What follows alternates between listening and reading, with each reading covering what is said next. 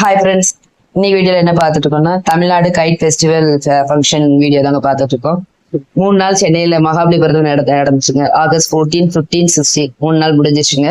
சூப்பரா இருந்துச்சு. நாங்க நேற்று தான் போயிட்டு வந்தோம்.